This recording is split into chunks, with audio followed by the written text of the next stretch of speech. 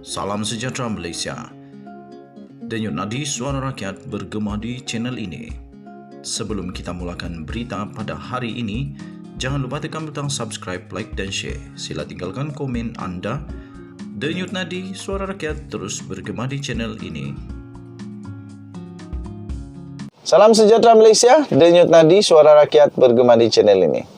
Terima kasih diucapkan kepada semua yang sudah tekan butang subscribe di dalam channel saya, sehingga sudah mencapai lebih 240,000 bersama-sama di dalam channel saya. Terima kasih diucapkan. Bagi kamu yang pertama kali dalam channel ini, saya ingin memohon minta tolong untuk tekan butang subscribe, like dan share.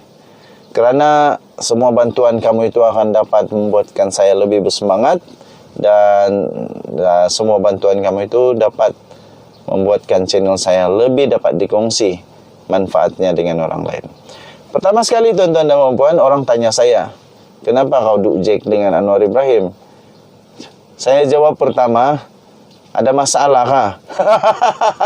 Ada masalah kah? Apa masalah dengan kamu? Saya kata, kalau saya Jack Anwar Ibrahim pun apa masalah dengan kamu? Adakah masalah dengan kamu?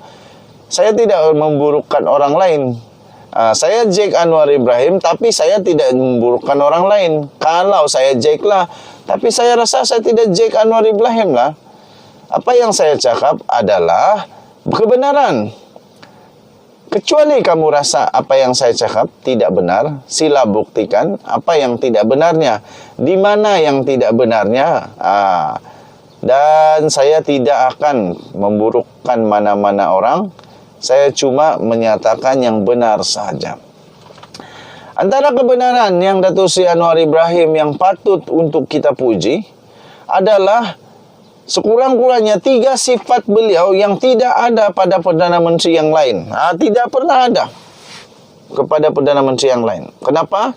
Satu-satunya Perdana Menteri yang kita pernah ada di Malaysia ini, sejak Malaysia ditubuhkan, adalah Datuk Seri Anwar Ibrahim, yang pernah sebelum jadi Perdana Menteri pernah ada pengalaman di penjara, dihina, diaibkan, dipukul, dikhianati, ditikam belakang.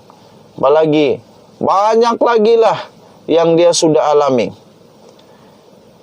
Dia pernah putus asa? Tidak pernah putus asa. Saya rasa Datuk Seri Anwar Ibrahim punya cerita ini jauh melebihi cerita kehebatan, motivasi yang kita pernah dengar daripada cerita-cerita yang sebelum ini. Contohnya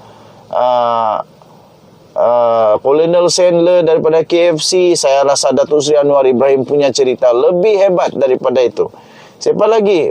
Ray Kroc untuk McDonald, Pizza Hut.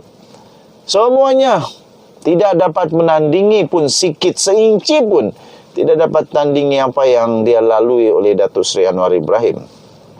Kejayaan-kejayaan orang yang lain lagi sama. Semuanya tidak pun setengah inci pun menandingi kepayahan yang dilalui oleh Datuk Seri Anwar Ibrahim. Tahu? Kamu tahukah? Tidak tahu kan?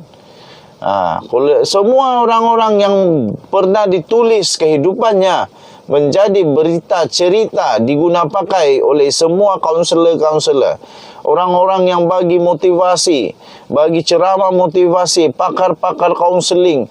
Semua mereka menggunakan tokoh-tokoh ternama, tetapi tidak ada satu pun yang seperti Anwar Ibrahim.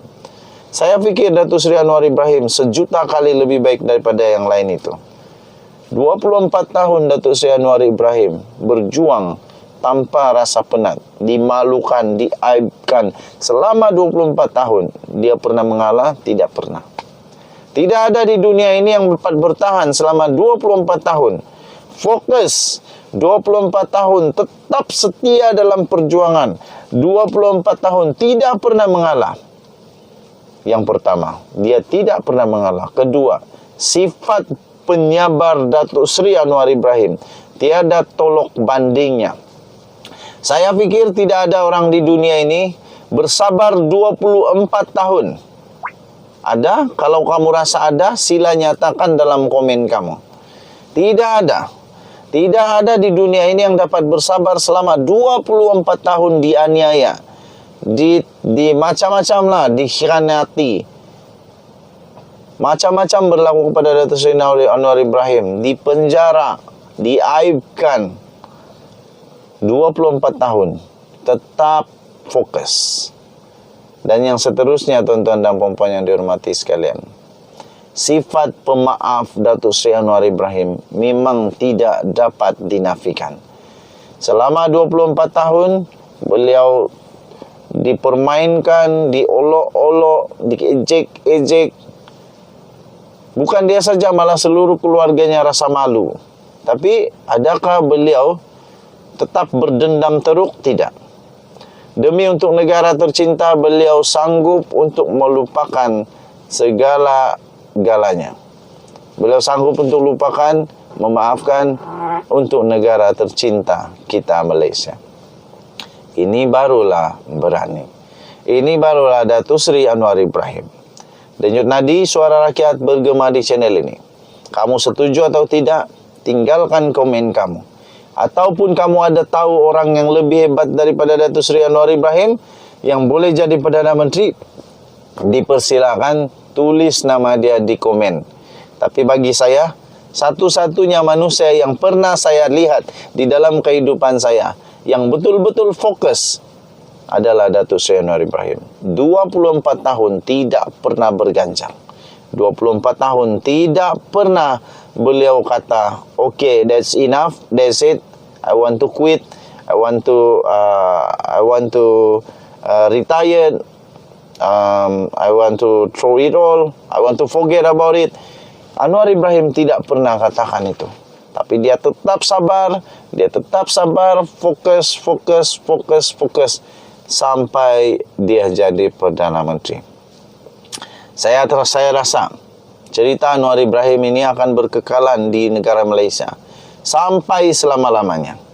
Dan pada pendapat saya, kalau ada orang-orang yang pandai membuat buku, menulis tentang sejarah, motivasi untuk dapat dinikmati untuk masa depan, orang-orang muda masa depan, kamu tulislah tentang Datuk Seri Anwar Ibrahim.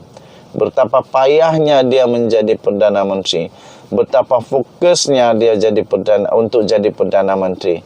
Dan terakhir sekali, ketika dia mau jadi Perdana Menteri pun, cabaran yang dihadapi oleh Datuk Seri Anwar Ibrahim memang cukup hebat. Cukup hebat, tapi kesabaran membuahkan hasil. Orang selalu kata, sabar itu separuh daripada iman. Tapi bagi saya, sabar itu segala-galanya. Sabar itu memang sakit, tapi selalu sabar itu akan membawa buah yang cukup manis, yang pasti menggembirakan dan akan membuatkan semua orang kagum, merasa puas hati. Ya. Okey, jadi sila tinggalkan komen kamu. Denyut nadi suara rakyat bergema di channel ini. Jangan lupa tekan butang subscribe, like dan share. Bye bye.